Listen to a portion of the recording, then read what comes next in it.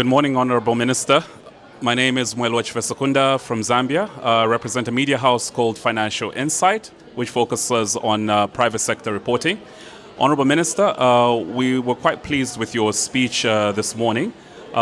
We just want to further understand from a Southern African perspective, considering South Africa obviously has the G20 leadership, how your government will be inspiring all the neighboring countries, or rather countries in SADC and the wider region. You did point out the importance of preparedness to take advantage, but Financial Insight believes that there's a very unique opportunity, and it would just like to hear your thoughts in terms of what the strategies will be to consolidate so that it's a united effort in terms of exploiting oil and gas opportunities. Thank you, sir. In the G20, there's a group that deals with critical minerals. I think that will be our focus as Africa. We looked into all the critical minerals. We saw that about around 80% of those minerals are in SADC. Copper is in Zambia and DRC. You can find all of them, the whole range. We looked at 18 of them. They are in SADC region. If we compare notes and consolidate our position, we can be more influential. When there was a statement that DRC has offered its minerals to the US out of the blue, there was a little bit of disappointment on our side, because that is what has killed Africa, the race to the bottom all the time. You try to offer your minerals at the lowest conditions, and you kill the country and you kill the continent. And that's why the continent is rich but poor. Is that race to the bottom. We want to discuss that, all of us. We must share what we have and respect who is having a strength in what area. If we do that, we'll be influential. G20 will give us results. Hello everyone, and welcome to another exciting event coverage by Financial Insight. My name is 𝗦𝗽𝗲𝗍𝗂𝗧, and I am currently in Cape Town for the 2025 edition of the Southern African Oil and Gas Conference that will be taking place for the next 2 days. This year's event comes at a critical time where industry players will be seeking out sustainable solutions that will ensure the survival of the oil and gas industry. Financial Insight is obviously part of yet another important event that not only speaks to developmental issues, but also bridges the gap between industry players that are seeking to ensure that they understand how they can continue creating value in an ever-changing environment. So to all our followers, please stay tuned for insights from this particular event.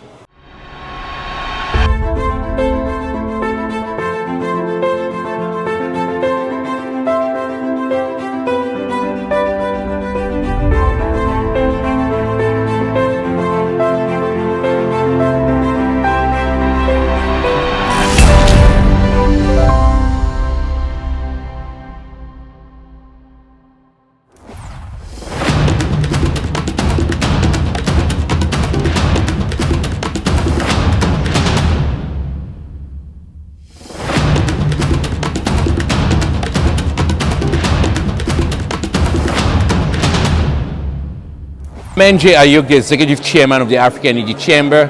I'm so happy to be at the SAOGA conference right here in this beautiful city of Cape Town.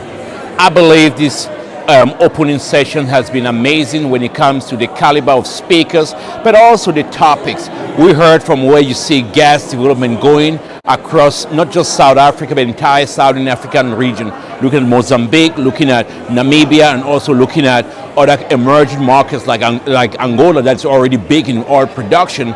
But more importantly, we saw how we can have a discussion about where we go at South Africa, how we're going to drive gas development, how we're going to deal with load shedding, how we're going to finance it and make it bankable. That has been historic. Great discussions from learning from other countries that have been gas energy producers and energy developers like Trinidad and Tobago. That is something that we need to get all these lessons in place, and SAOGA has just done an amazing job in putting this together, and I'm just excited that we're going to be here. I discuss about the role of natural gas in Africa, but also our commitment to drilling in a sustainable way while producing energy for everyday people that need it. My name is Joe Amadi-Echendu, and I'm currently an Emeritus Professor at the University of Pretoria on engineering and technology management. So in that regard, I sort of cover all of this.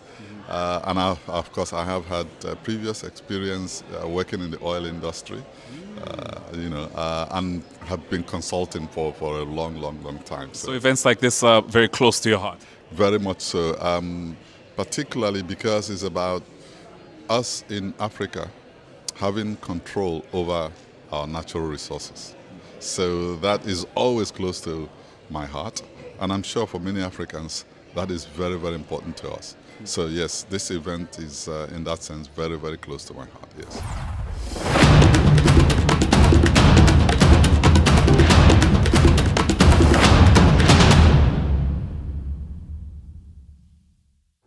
Hi everyone, and welcome back to another exciting interview on Financial Insight Platforms. My name is 𝗦𝗽𝗲𝗍𝗂𝗏, and I'm currently on the sidelines of the Southern African Oil and Gas Conference taking place right here in Century City in Cape Town, South Africa. And I'm about to have a conversation with a delegate who's called Nelly. Nelly, how are you? I'm well, and yourself? I'm doing great. Nelly, this is the first time that you're on our platform, and you're one of the delegates at this particular event. Are you able to just tell us a little bit about yourself as well as the organization you represent? Absolutely. I'm with 1.5 Partners, which is a climate advisory firm, currently operating, very new, operating in South Africa. But through our leadership, we have over 20 years of experience in climate initiatives, projects, financing, and you name it. I'm currently working or partnering with the firm, or working with the firm as a communication and brand strategist or brand consultant at the moment. I'm here to, my job is to communicate our values, us as an organization, 1.5, with the rest of the world, basically, potential investors and all our stakeholders. Right. No, thank you so much for sharing that with us. But obviously, this is oil and gas. Tell me how you found the opening ceremony, which featured, Honorable 𝗦𝗽𝗲𝗍𝗂𝗏 Mantashe and a number of keynote speeches. That was very insightful. As a South African, first of all, operating in the industry that I'm currently working in right now, assisting the oil and gas industry, it was very powerful to see that, and seeing the opportunities highlighted by the minister and all the other speakers on the day, particularly on sustainability and battling or juggling, profit making, growing the economy, as well as sticking to sustainable practices and evolving as a nation, evolving as an economy, was really great. I really enjoyed that. It was very insightful. Absolutely. It is important that we have a shared understanding of where we're heading, a shared vision in terms of how we're going to make this happen. As the minister said, we've got huge resources that needs to be explored and expropriated, explored. So essentially, it's great to hear about the support from government, but it's also good to know that we're going in the right direction. It's all about now implementation. Absolutely. And is there any special message you have to collaborating partners who have, made this, made this possible, who going forward, essentially your strategic partners going forward? It is absolutely amazing to see the support from our sponsors and collaborating partners. It's overwhelming. And next year we hope to have more and to grow, the number of attendees. I think we're happy with the numbers that we have at the moment, but I believe there is room for growth, for development, and getting everybody on board. But ours as an organization, our focus is to ensure we accelerate the participation of young people into the global economy. As one of the things that was raised by the World Trade Organization, that there is a lack of youth-led businesses within the global scale of the economy, which is the global trade. So through our organization, we came as a widespread approach to coordinate young people to ensure that we accelerate the accessibility for them to enter into the conducive environment that has been already being created in global trade. So that's why today we have this organization. It is a national organization which also has leadership that is coming from different provinces to ensure that we promote inclusivity for a sustainable socio-economic development. Absolutely, and obviously oil and gas becomes something very critical that the youth obviously need to get involved in. This morning we obviously heard from the Honourable Minister. Are you able to have some feedback or commentary around what you heard and how that resonates with the youth participation in the sector? Okay, one of the things that I've highlighted to the Minister on his opening remarks, it was aligning with the theme of the conference to ensure that how we can promote a sustainable oil and gas industry for a diversified future. But one of the things that we want to engage on the Minister, for example, the practical example, if you are speaking about the future of the energy, look around the room. Where are the inhabitants of the future? Because there's no future without us as young people. We are facing many barriers as the youth to ensure that we access into the oil and industry sector. You can name them, many of them. For example, in the business side, as young people, we have a problem of accessing the market due to various challenges, such as your unfriendly regulatory environment in terms of your administrative and regulatory frameworks, which are not supportive for the youth sector. You have many barriers when it comes to including access to market. We have a challenge of even participating in the value chain of the oil and gas industry. Yes, we are here to speak much of the upstream activity, but also moving to other streams, such as your midstream and your downstream.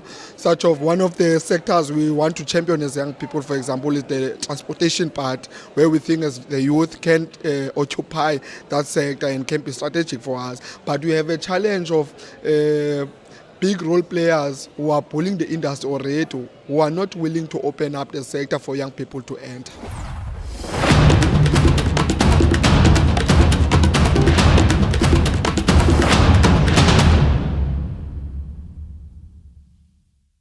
With me is Dr. Tshepo, who's going to have a conversation with me about how he found his panel discussion, as well as how he's been finding the event all along. So, Dr. Tshepo, how are you? I'm well, sir. And how are you? I'm well. It's good to have you finally on our platform. We were like a little fly on the wall in your panel discussion. But before we get into it, are you able to just tell us about yourself and the organization that you represent? Thank you very much. So I'm Tshepo Mokoka.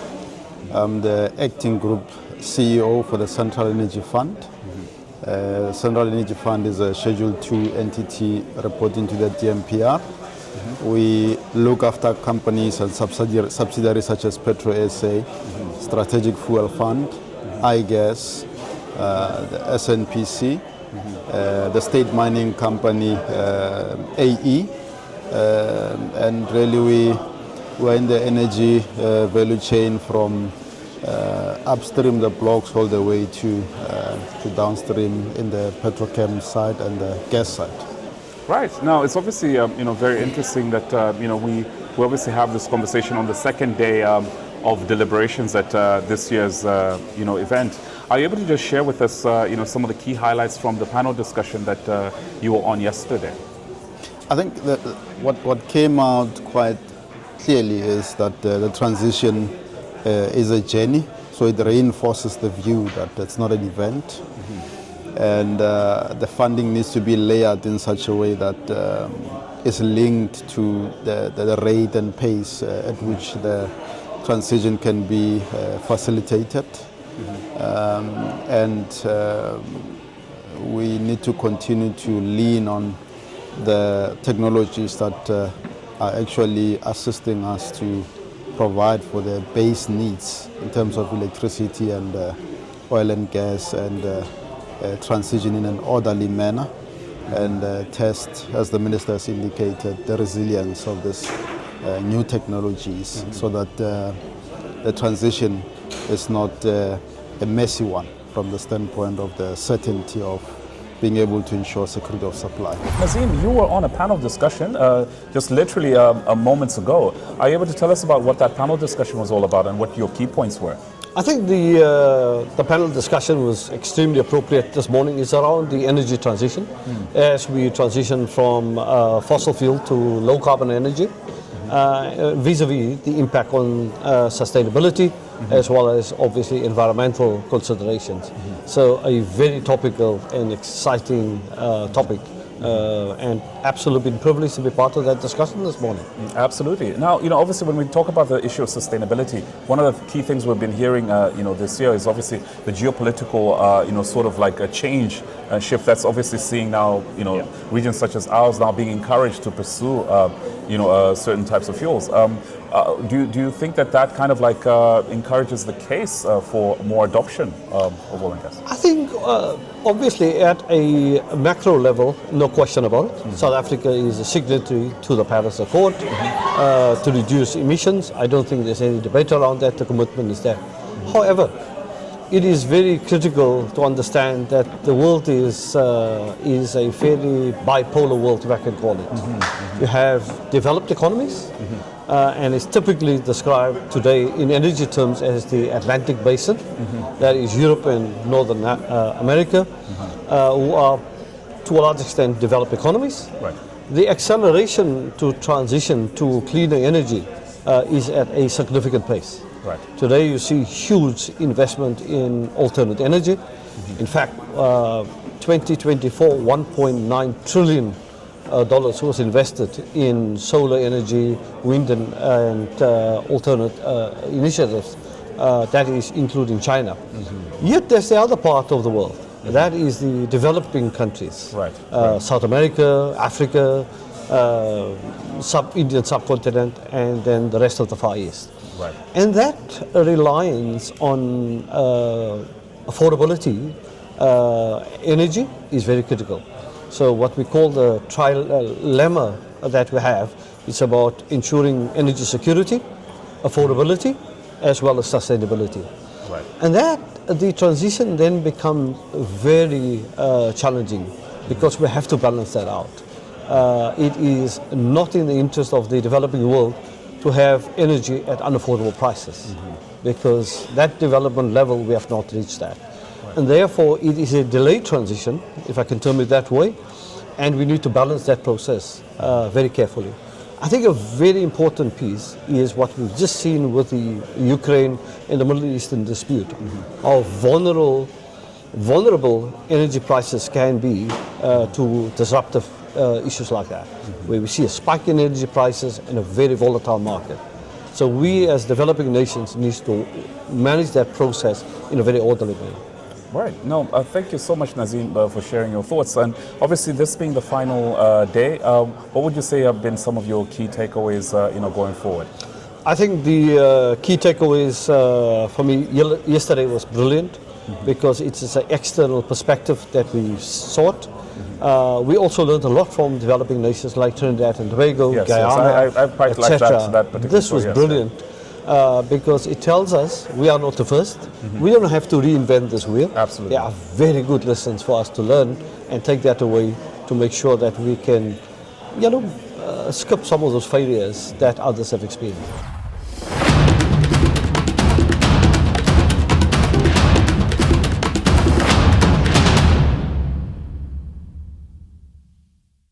Hi everyone, it's 𝗦𝗲𝗂 again, and we're just at the coffee break time at Oil and Gas Conference happening in Cape Town on the second day of of the conference. And I'm with one of the delegates at this particular event, Mr. Niall. Mr. Niall, how are you? Always good, thank you. Absolutely. No, thank you so much for speaking to us. We've obviously had a lot of engagements with various delegates, and I believe you were on a panel discussion earlier. Yes. Yes. Are you able to just share with us what your key talking points were? The title of the panel was Global Insights for the developing oil and gas industry in Southern Africa, across the Southern African region. And the primary insights that came out were, one, we've been waiting simply too long, well over 10 years, for any serious activity to take place. Two, there are many insights around the world. There are good ones and there are bad ones. Right. There's some particularly bad ones close to us, and especially along the west coast of Africa, Central Africa, but there are some really good ones, and Norway is easily the best example in the world. Norway was a small economy that relied on fishing and timber, and then it discovered oil, and it took them a long time to develop that, but in the time they developed it, they set out the rules for how that unexpected, unearned wealth would be used, and they set up a sovereign fund which today is sitting at $1.7 trillion, and that's largely from the North Sea. And the North Sea is probably the most traversed with seismic vessels terrain in the world. It's one of the most densely populated with oil rigs, yet there is still a very strong fishing industry. There is the coast of Norway and of Scotland around Aberdeen, which is the other side of it, are in very good nick. But what I want to focus on is the lessons of Norway, where they've taken this wealth and they've harvested it into a sovereign fund which is used to smooth out the economy as things turn south around the world. Are you able to give us an overview of some of the key talking points that you were expressing during each of the two panel discussions? Okay. One, on the Oceans Economy Master Plan, it was just giving an update in terms of where we are with regards to the Oceans Economy Master Plan, which started in 2019, and that with all the engagements that have taken place now, with the plan having at least to have gone through IGR, we now know that at least by June it would be in Parliament. That's the Oceans Economy Master Plan, and we are hopeful that as the plan would be in Parliament, it will indeed go hand to hand or alongside the Gas Master Plan as well, of which the Oceans Economy Master Plan is very key, in particular with all its 5 subsectors, and which I would dive into the key one, which is the oil and gas subsector, that we are hoping through the Oceans Economy Master Plan we would see now indeed this 2033 goal of, through the Oceans Economy Master Plan, the creation of 800,000 to 1 million jobs, and a contribution to the GDP of this country of between 124 and 177 billion. And when it comes to the diversity and inclusion, I think one of the critical things that we ended up discussing on was how do we engage the communities, especially at a time where we are seeing this backlash, from the NGOs in the communities. So how do we then bring these projects to communities for them to own them and include them in the entire value chain from grassroots level to the top tier? So my discussion was more talking about the broad legal and policy framework for investments, in particular in the oil and gas, but broader energy sectors on the continent. So I spoke, or the panel also discussed the AfCFTA, so the African Continental Free Trade Area Agreement, the investment protocol, and what it actually means for the continent. Because without investment, you actually don't have trade, and investment in key infrastructure projects to unlock investments in oil and gas, in minerals, and so on. Absolutely. Now, obviously, what's very interesting is that, there was this topical issue around, the African Free Trade Agreement. As it is right now, there's obviously some sort of, there's a push with South Africa being part of the G20 to consolidate, especially with all the other African countries. Do you feel things like the Free Trade Agreement are, an enabler to ensure that, oil and gas is exploited across different countries? Yeah, no, definitely. I think the ultimate fundamental objective of the AfCFTA is to create integration. So integration from a regional perspective firstly, so we talk about South Africa, Namibia, Botswana, and you look at where does each of those countries have a competitive advantage and use that to the benefit of the region. So where it's maybe in Zimbabwe or Zambia, you have a facility to manufacture, say, batteries because the raw material is there. So the minerals, the critical minerals required for battery manufacturing are there. You have South Africa that could manufacture other components in relation to that.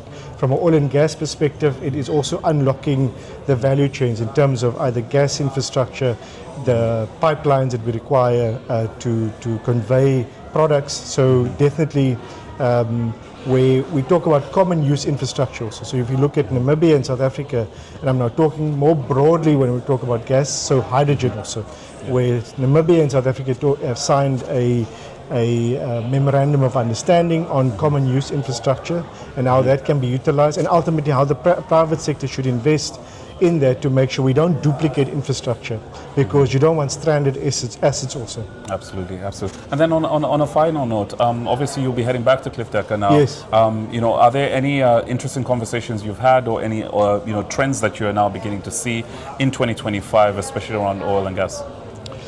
So the trends from an oil and gas and a broader energy perspective, it's the biggest shift still through what we call the just energy transition. See, there's still when we talk about gas is obviously seen as a transition fuel, but there's also then how do you use gas and also getting to ultimately renewables and green hydrogen. So combining all of those and making sure that it benefits the country, South Africa, but also the region ultimately. Right. Now, Jack, thank you so much for speaking to us. Pleasure. And we look forward to engaging with you guys at the next event. Thank you. All right, so you've heard it for yourself. So we're still at the halfway mark, so stay tuned for more insights and get to know.